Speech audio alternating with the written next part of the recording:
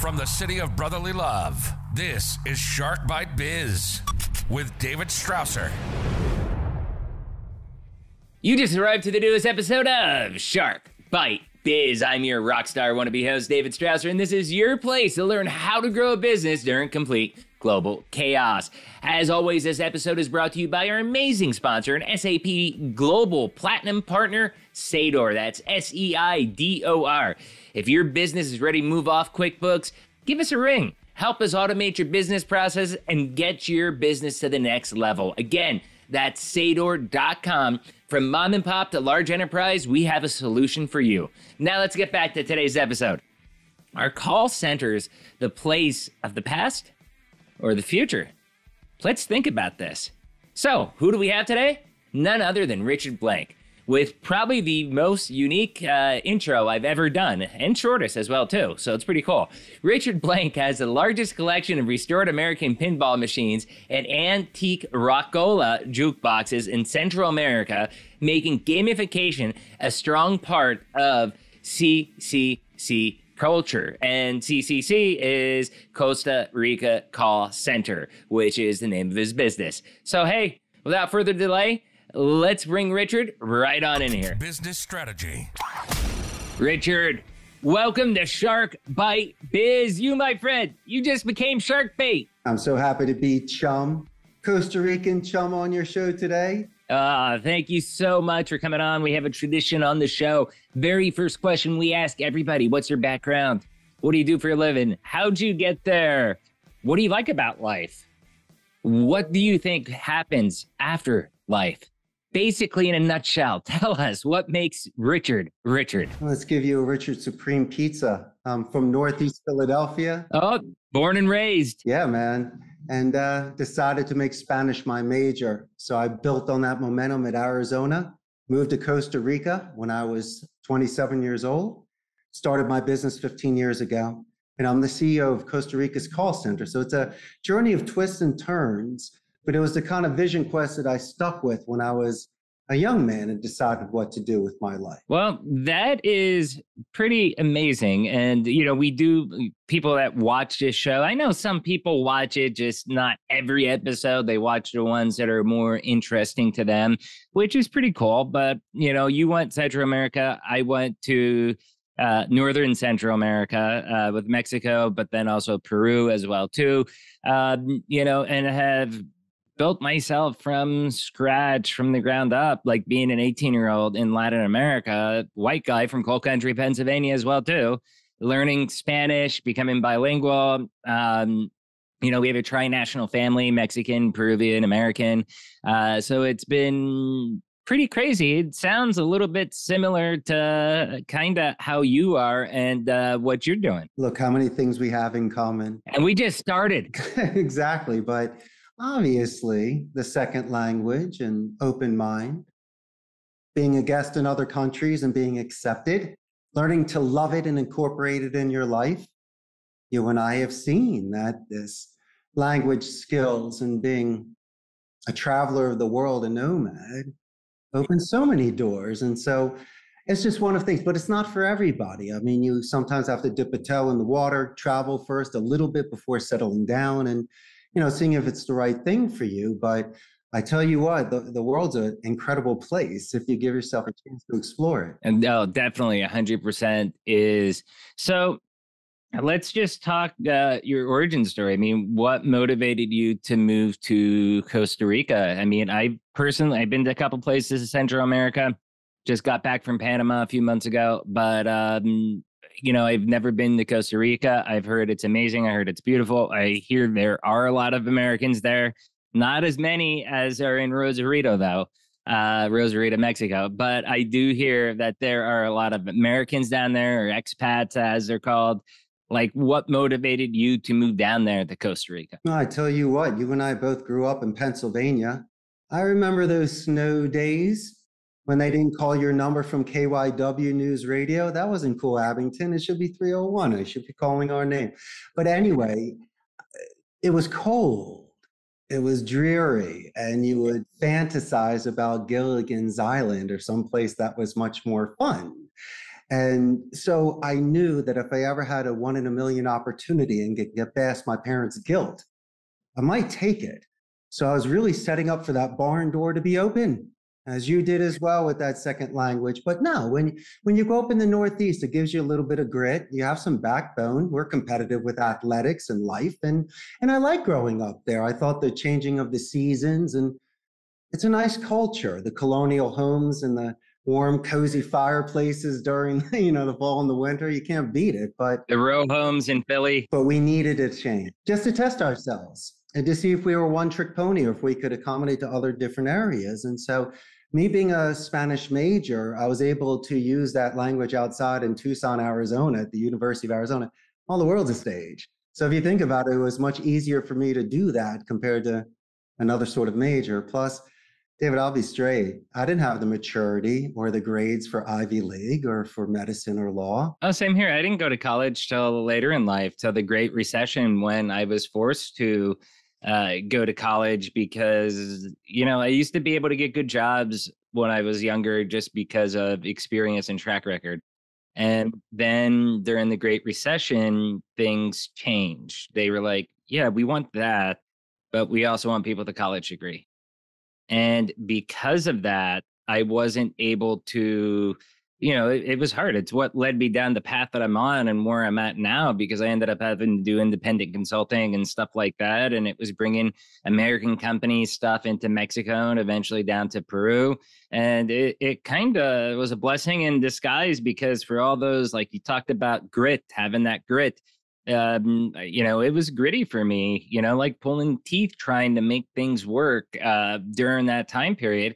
But I eventually got out of the rut. And now, I wouldn't say top of the world, but I feel like I am starting to ascend to a higher level. And it's because I left, I'm not from Philly. I live by Philly now, but I'm originally from Pottsville, the home of Yingling. And, that's coal country, Pennsylvania, which is, entirely different than if I lived up in Philly. Who knows? Maybe I would have never wanted to move. But being there, I wanted to just get the heck out. Well, in Costa Rica, you meet people from all over the world. They're looking for the same thing you and I did, maybe to shed some skin, or at a later stage in life when you have your maturity, you could look at things differently. But I tell you what, it's unfortunate that you were forced into an education, but hopefully some of these people inspired you to do some dedicated practice or some pondering. I feel education's 50-50. I think a teacher can't pull you over into the end zone, but they should be good enough to inspire. And I've had teachers along the way not just pay it forward, but encouraged me to write better, to continue my studies in Spanish and humanities and art. And it was nice. It wasn't the pressure of having to pass a test, cheat in class, or hustle my way for a certain grade. These teachers knew the score, and they would allow you to take a test or write a paper or come to office hours. If A is what you want, then you got to earn it. But they wanted to prepare you with your balanced bike. And so I respected them. They really made you earn that grade. And if you put in the time, you got it. But then again, it wasn't punishment when they asked you to elaborate or to practice your grammar, because it was miscommunication. And so you have to respect that person that has so much patience. You have to show the dedicated practice to the teacher in order for them to start mastering levels and going to other levels with you, David. So hopefully through that sort of university education, you got that. It just wasn't a forced march where you just had to get a piece of paper. Yeah, I mean, it's crazy because it felt like a lot. There are some things that I learned, but to be honest, a lot of it I've already passed through in life. Like I remember the one marketing class. In fact, I'm friends with the professor till this day, who's out of Scranton. And I had to argue with him. Final exam, technically, I flunked. I'm like, dude, I've been doing marketing my whole life. And the way these questions were written, and I went through every single one. And I'm like, no, in the real life, this would not work. Why? Because of this and because of this. Yeah, it looks good on paper, but this isn't how the real world works, And I think that was the difference between me being someone that was out in the work field since I was 14 then going to college when I was in my late 20s, early 30s, compared to someone that was fresh out of high school, is like I had these real life experiences to compare against. And, I think he gave me credit for every question except for one of them, which he was like, no, I disagree. I still think this is right. But I'm like, okay, he gave you 44 other ones, so I'll let you go on one. But let's move a little forward. Start a little bit about, you started a company from scratch down in Costa Rica. What company did you start and what does it do? February 6th of 2008, I closed my first deal for one seat. For Costa Rica's call center, we're a nearshore bilingual dedicated call center that focuses on outbound sales, lead generation, appointment setting, inbound customer support, back office support, and non-voice support. Any type of specific niche you go for? Well, we're known for our inbound customer support. Companies such as Amazon, HP, Intel, and Oracle have a very large presence here. And the skill set, the neutral English accent, the infrastructure, the proximity to the United States, the stable government. The ducks were all in a row. And when I had the opportunity to come here, I was only supposed to be for 2 months. My friend wanted me to come down to teach English at his call center, a really good friend of mine from college. And as I was mentioning earlier, barn door open, parents' guilt wasn't there, and I saw my opportunity. And I decided to stay. So I learned the business from the inside out, not from C-level. And I got to see the good and the bad, but guess what I did learn? This is the real life experience, my good friend, you were mentioning earlier. I realized that people just want their dignity. They don't want to feel expendable. They don't want to feel like robots, know somebody's name, really sincerely appreciate their work. And I said to myself, if that's all it takes to be a real coach like the Bad News Bears, I'm going to do this. And so I realized that by incorporating gamification, my pinball machines in my arcade, and by personally knowing their names and teaching them soft skills, walking rows and breaking bread, I might have that sort of base foundation that you and I grew up with, where you want to come back the next day. You don't want to quit the sports team. You want to do a little bit extra, not just to impress your teacher, but to impress yourself, because you're really into this to win this. And so I try to be a different boss that they've ever had. Don't fear me. How do you try to be different, like a different boss? Because everybody tries to be different, I think. But the way you emphasized and the way that came out of your mouth, it sounds like you have something special there that you're trying to say by different boss. Sure. And these are little checkpoints. You need little first downs before touchdowns with people. I can't expect them to sign a contract and devote their life for me. Why don't I ask them to tell me a coming of age moment during an interview? Because you've already qualified and I don't want to see your bells and whistles. I want to see in the moment, if David asks you an incredible question to know your depth, are you capable of expanding and telling a little bit of something about yourself, especially the time, my friend, when you beat up a bully or saved a kitten? Let me see if I can give you a cool nickname that day or pick you up on a rainy Tuesday. And that's the sort of thing where if I find the right sort of fit, no bad habits, but someone willing to be coached into delegate and grow with the company, then I'm finding my dirty dozen. I have 150. I don't have 50,000. So I could be exceptionally selective of the campaigns and the agents. So it's a luxury. But then again, when you find the perfect fit, you win championships. And listen, the fact that if people have been with me over a decade, it's humbling, especially the fact that you and I are from Pennsylvania and we're here. In this world where people leave in 2-3 years, and that's an average career at a company, people staying for a decade plus. I mean, that's rare loyalty these days. Yes, you're in Costa Rica. Yes, the culture is a little bit different, but I think even down there, I mean, staying with companies for your whole life is starting to get a little bit more old fashioned, is it not? David, let's keep going on to what makes me different. I'm still on that momentum. Knowing your name, but calling the balls in the strikes. Come on, Pennsylvania boy, you know about giving that Northeast guilt. I'm going to tell you how it is, but I'm not just going to beat you up and twist the knife. It's not fair. I'm going to first ask, may I make a suggestion? So yes, David, you say yes. So then that eliminates any sort of defense. Now we're cool. And then prior to telling you your tie is not straight, I'm going to give you 3 stories about myself to put an anchor there and to explain how I've experienced that as you're mentioning this maturity and gray hairs that we have over the younger students in your classes. So explain to them these sort of passes that you went through. And so I can level that playing field. You're in my wheelhouse. Don't think you can dance this. I can run around it 5 times to Sunday and teach you a nice after school special lesson. So why don't we calm down here? Because maybe your teacher, your best friend, your mentors drop that ball. You're with me now. You're with David now.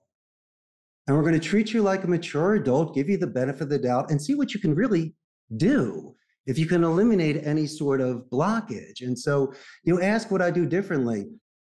I can't buy it and I can't spin it. But if I can understand exactly who you are and realize that I will give you a straight shot to the top, I find aces and I find winners. And if you're really young, then you're the squire to the knight. They're even better. Then we can really cultivate those skills. And so I like, personally, I like younger sales reps because not that they're young in their sales experience, but they're young in their ERP sales experience with what I do at Sador. Because then people like my sales rep, Jake, for example, he has all the sales skills, but he's never had a coach or a mentor like me. And now we're putting it together and we just won his first deal, and it's going to be the first of many. This kid, well, not kid, I mean, he's 36, but this, younger executive is going to end up being an all-star within a few years. Here's my virtual high five. Ah, there you my go. Main man, rock on. And you know what's cool, David? You're creating a company culture. That's what I was brought in. That's part of the reason I was brought in. It's like, and part of the reason why I came, because it was like, hey, what we had wasn't working. So it's gone, and come in and build what you need to be built and, do it. And, I've been building that. I mean, like transparency, honesty, even with things just as lead distribution, stuff like that. I mean, you got to remember, I've been a sales rep. I know how it is. Like, hey, why don't my boss do that? Like, and it makes me upset in the back of my mind. Whereas if the boss would have just came out and said, hey, look, just so you guys know, I'm giving Jake this lead, not Neil. This is the reason. Decision final. Okay. And then maybe 2 months later, but they all know that it comes back. It'll be like, hey, Neil, remember, I gave that lead. That should have been yours to Jake for a specific reason. Well, here's one from Jake that you're getting to take that back, because what goes around comes around. But I do it in the open so that everybody knows what's going on and there's no mystique. It takes that away. And I feel that by doing that, it allows a more open, transparent, happier culture, because people don't feel like someone's going behind their back trying to stab them. My main man, there will always be mystique. Oh, there will always be, but I limit it a little bit. I look at it like this. Athletics is the greatest way to gauge merit. If you're the fastest, can jump the highest, you win. And so if you put everybody on a level playing field and give everybody the resources, the person that rises to the top, everybody else has to understand they won. And we do it through very strict quality assurance KPIs. So I can grade people on soft skills in the 10% wiggle room, but 90% of this thing is cut and dry. And there are some people that are just hitting perfect shots. That is absolutely, absolutely true. One thing I have, and maybe you do or do not agree with this, it'd be interesting to find out, is I believe, okay, so me personally, I feel like I'm a chameleon. Okay, I feel that, and I say that to the sense that I can meet your personality, I can meet your tone, or I can figure out a way that I need to be in order to communicate effectively with the person I'm talking to most of the time. And I say most of the time, and this is where the question is. I feel everybody can't sell somebody. There's always one person out there, no matter for what reason, personality mismatch, they just don't like the way your face looks, whatever it means, you will never be able to sell that person. But I view that's a very rare occasion. That's like a 99 out of 100 type prospect thing. But when you realize that, that's when, again, because you have to always be, reviewing and growing what you're doing to get better and learning from your past, you realize like, hey, I'm not going to be able to get through with this person. So I'm going to hand it off to someone that can potentially sell her. What do you think about that whole philosophy, that whole spiel I have going on? And hey, it's my show. If you disagree, you can freely disagree. We believe that anybody that does sales prospecting and runs the risk of rejection, we like to give them romantic deaths. I've got to write that one down. Well, good. We jump clouds. David, if I could say Shark Bite Biz Podcast before you hang up, I get a point. If I could name drop you, I go, David, how are you today? Get another point. If you ask me, who's this? Not in a negative tone because you're curious because I said your name so well, and I thank you for asking. And mention my name is Richard Blank, and then you say, who's Richard Blank? Now I got the double. You ask the follow-up question. And guess what? We're already 15, 20 seconds in. Those are two good, long, deep breaths. So at least it gives me a chance 100 times a day to properly introduce myself prior to pitching, because you get the pass to pitch. And if you have the luxury to speak to a gatekeeper, you give a positive escalation. When you get transferred, you do it written and verbal. And these are the sort of soft skills which will at least put me from a half court to at least a foul shot percentage in regards to pitching. Of course, I'm going to miss a few, but I tell you what, I built a business on just being very courteous and doing meeting minutes and following through before the end of a business day and being forthright with no surprises, the way that I was raised. Now, mind you, India and the Philippines offshore, they're half my price. Why do people choose me? Well, if it's on merit, we can do it. But if you're asking me to double the production in the same amount of time, it's almost impossible. There's only so much talk time. But I've been able to earn accounts because of that sort of sight unseen trust. And people would like to work with a smaller company that gives you that sort of extended service. And so, kind of sounds like value to me is what you're talking about. If you want it to be. You're a sales rep. Imagine being on hold for a long time. Where's that? Workforce management. You didn't staff properly. How about people that don't even have customer service live departments and you have to fill out omni-channel non-voice forms and wait? You're going to elevate till you pop. And so it depends on how much you value a client. Could they give you a referral? Could you sell them additional services? And, you might retain them. Or they might even make suggestions on what to do to sell them 2 scoops of ice cream. And so you take everything into consideration. And some people you're mentioning today about business, loyalty to companies, how they treat their clients. Well, it's not just me being old school. It's just my hard-earned dollar. And I don't need backflips and people swallowing swords, but my goodness gracious, let's just have a deal where everyone meets in the middle and I feel comfy and I want to come back. But if you happen to remember my name, my favorite dessert, and you make me feel really comfy on a sad day or a day where I'm celebrating, then by all means, I'm going to go there for the next 20 years. That's great. I've got to say, your perspective, attitude, personality, it's unique. I mean, to be quite blunt with you, and I find it kind of like, we just used the word mystique. It's got this vibe, this aura of energy that I don't know. I kind of find it inspiring in a way with how you're talking about these things and the passion that you are talking about it when you're talking about it. It just, I just see it leaking out from all pores of your body. It's amazing. So, I mean, I do want to go into, though, there is one topic before we go in, and that was a compliment, by the way, just so you know. That was a good, nice compliment. That's why I didn't interrupt you. You can keep going. My mother's watching. This is great. I was trying to make you comfy on a happy day.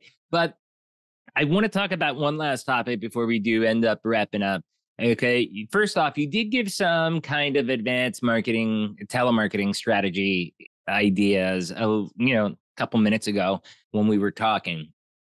Today, I think it's a little bit of the challenge. Like I have my sales reps out there prospecting, and they're getting a lot of broken numbers. A lot of people changed jobs during the Great Resignation, during all the layoffs, stuff like that.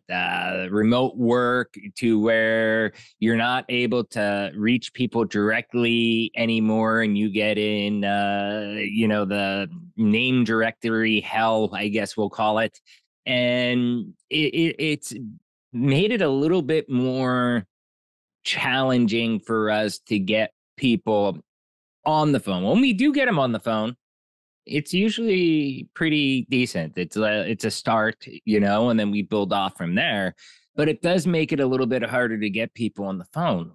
What's your secret, if you can share, without spilling your secret sauce all over the place? Of course, I'm going to give the Pennsylvania secret sauce. Ah, there you go. It's whiz. No, I'm only kidding. You have to offset the lower contact ratio with more of a quality call. But then you're going to say, Richard, how is it a quality call if it's a cold call? It's a cold call because of the list.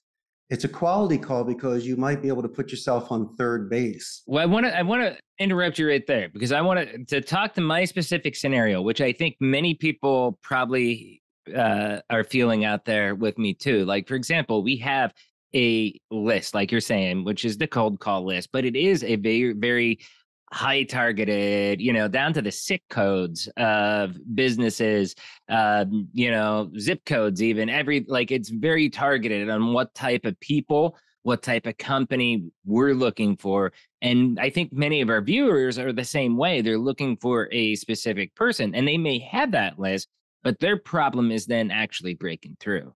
So sorry for the interruption, but maybe that can help with what you were saying, to frame it that way. It definitely helps because a list like that, I could load into a predictive dialer and really, pound the phones and carpet bomb compared to manual dialing. But if it's a list like that, my suggestion is if you have the luxury of the time, just do a little bit of due diligence. There are websites and LinkedIn profiles. It may assist you with updated and third-party information.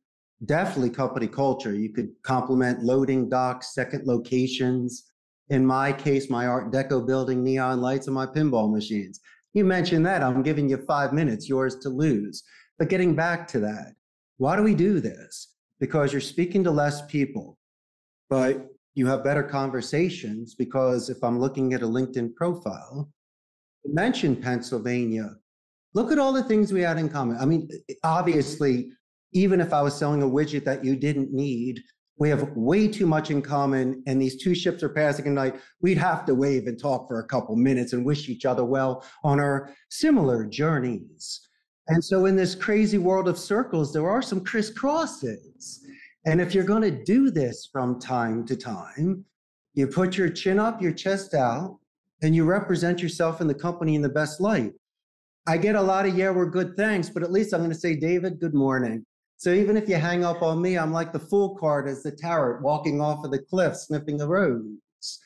You have to not go into this with fear.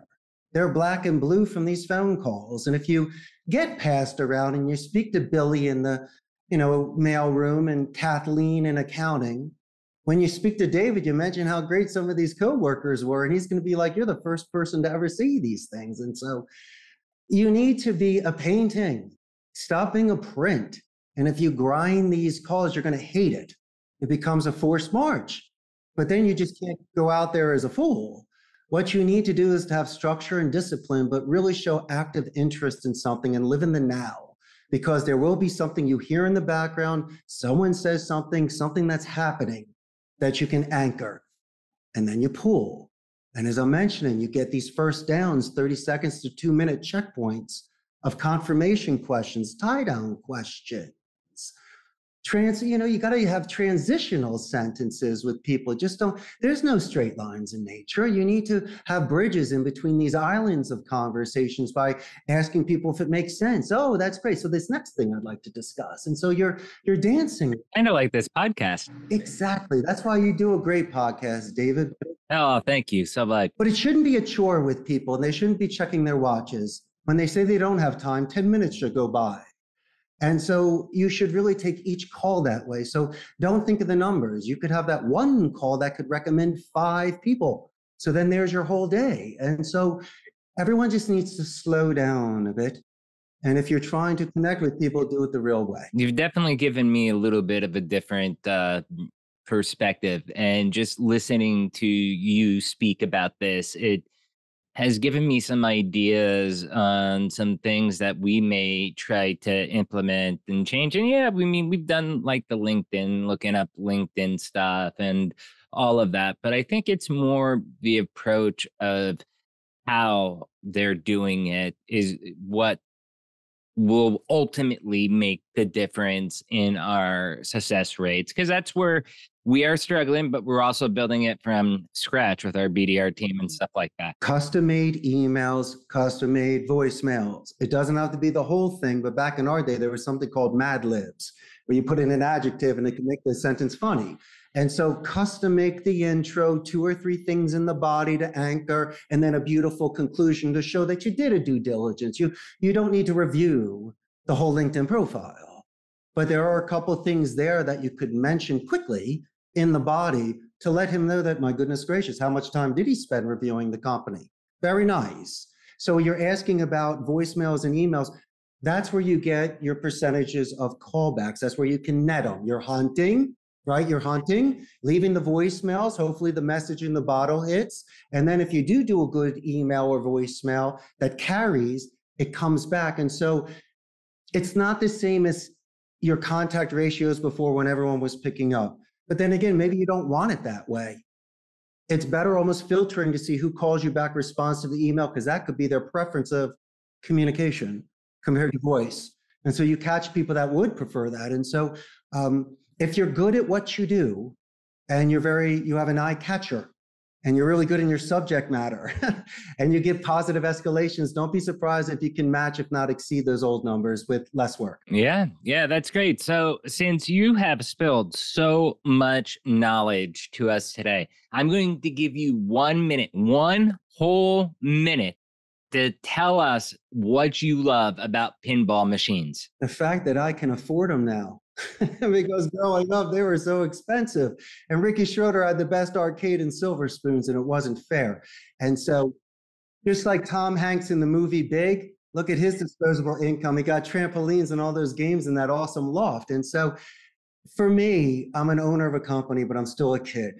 And I combine the two. You got to have fun. Got the greatest arcade in Central America, 13 pinball machines, got an air hockey table, 6 arcade machines, jukeboxes. That is awesome. Hopefully you have Aerosmith on those jukeboxes somewhere. Oh, without a doubt. But here's the skinny. When I bought them here, you figured you would get a cachet of Aerosmith, but no, it's all Central American artists from the 60s and 70s. Not even La Bamba's in there. And so that's crazy. So anyways, Costa Rica's call center. Richard, tell us, where can people find out more about your company? How can people reach out to you? Thank you, David. They can buy a first-class plane ticket and come visit me in Central America, but they also can go visit my Costa Rica's Call Center Facebook fan page. We have close to 118,000 local Costa Rican Chicos.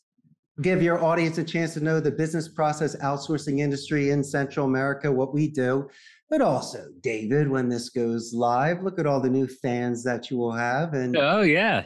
I can't thank you enough, my brother. I had a great time today, and naturally, you bring the best out of your guests. Well, it's pretty easy when you have a guest as amazing as you are. So, Richard, thank you so much for coming on. I love what you're doing. I mean, it really comes down to helping businesses grow and how to be a good boss. I mean, that's how that's like the 2 core messages I got out of today. Well, just like us being in Pennsylvania and the Broad Street Bullies, the Flyers took it home in the 70s. And so sometimes you got to be a champion, even if you're one of the newer teams in the league. Or a backup quarterback against a legendary 7-time Super Bowl winner, right? Exactly. And your audience shouldn't be hard on themselves. Entrepreneurs, they need to start somewhere. There's only so many kings.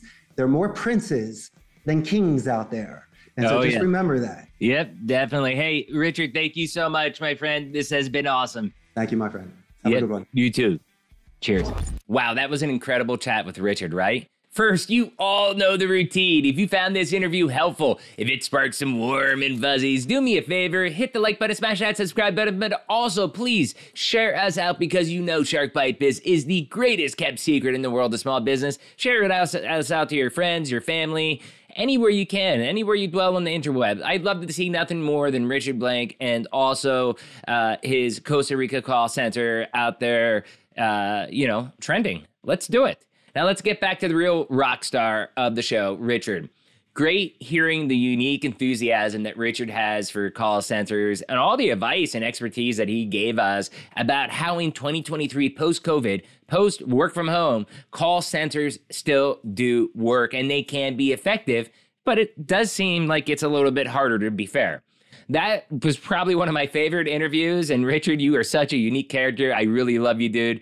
Awesome stuff again, Richard. Thanks for coming on, sharing your expertise. And please check out the Costa Rica call center business. I'll have the link down below in the description. Question of the day. Thoughts on call center? Dead or alive?